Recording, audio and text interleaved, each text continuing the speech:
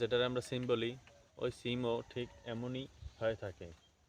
সিম গাছের পাতাও এই রকমের 3 পাতা হয়ে থাকে এবং সিম ফুলও একই রকমের হয়ে থাকে। তবে দুটোটার লাগানোর পদ্ধতিও এক হয়ে থাকে। আর দুটোটাই লতা বিশিষ্ট গাছ। সিমিও লতা বিশিষ্ট গাছ, বরবটিও লতা বিশিষ্ট গাছ।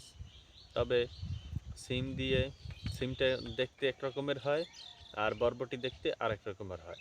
দুইটাই একটু ভিন্ন ভিন্ন, কিন্তু জাতিভেদ যদি করেন তাহলে দুইটাই একই জাতের ভিতরেই পড়ে। যেমন বরবটি সিম এ দুইটা সেম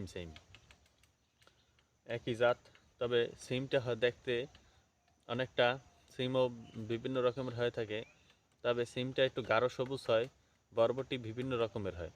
যেমন বরবটি কালো বরবটি হয়, লাল বরবটি হয়, সাদা বরবটি হয়, সবুজ বরবটি হয়, সাদা কালো ছোপ বরবটি হয়। আর সিম যদি আপনি সিমের সাথে যদি পার্থক্য দেখেন, সিম বরবটিটা আঙুলের মতন গোল হয়, এইভাবে গোল হয় এবং লম্বা হয়। আরেকভাবে ধরতে পারেন, এই এই যে লাঠি, এই লাঠির মতন হয়ে থাকে। এর থেকে লাঠির মতো হয়ে থাকে, একটু মোটা হয়, আবার অনেক লম্বাও হয়, ছোটও হয়, বিভিন্ন রকমের হয়। এখন সিমটা দেখতে কীরকমের হয়? সিমটা মূলত এই যে পাতাটা দেখতে পারতেছেন, এই যে পাতাটা, সিমটা হয়তো সিমটা হয়ে যাইয়া এই ধরেন এইভাবেই হয়, কিন্তু অনেকটা অনেক অনেক অনেক সিমের জাত আছে যেগুলো বড় হয়, আবার অনেক সিমের জাত আছে যেগুলো এরকমের ছোট ছোট হয়। তবে খেতে দুইটার স্বাদ দুই রকমের হয়ে থাকে।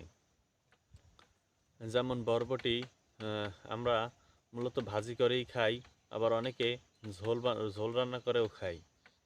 আর সিম বিভিন্ন রকমের খাওয়া যায়।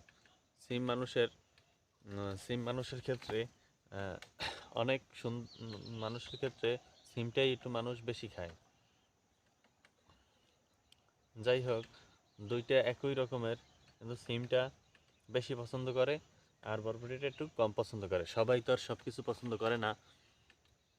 যাই হোক, এখন আমি দেখাবো এই যে ধনিয়া পাতা, যার কই ধনে পাতা। এই যে ধনে পাতায় আছে বিশেষ ঘ্রাণ। ধনে পাতাটার বিশেষ ঘ্রাণের কারণে ধনে পাতা আমরা চাষাবাদ করি এবং ধনে পাতা বাজারেও বিক্রি হয় প্রচুর দামে। সিজনে একটু দাম কম থাকে, কিন্তু অফ সিজনে যে সিজনে মূলত এইটা চাষাবাদ তেমন একটা হয় না, চাষাবাদ করতেও খুব ঝামেলা, সেই সময়